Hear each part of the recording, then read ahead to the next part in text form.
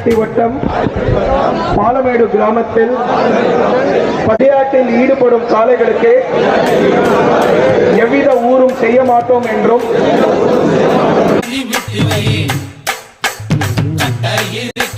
கால புடிச்சு வை, அழுத்தி வை.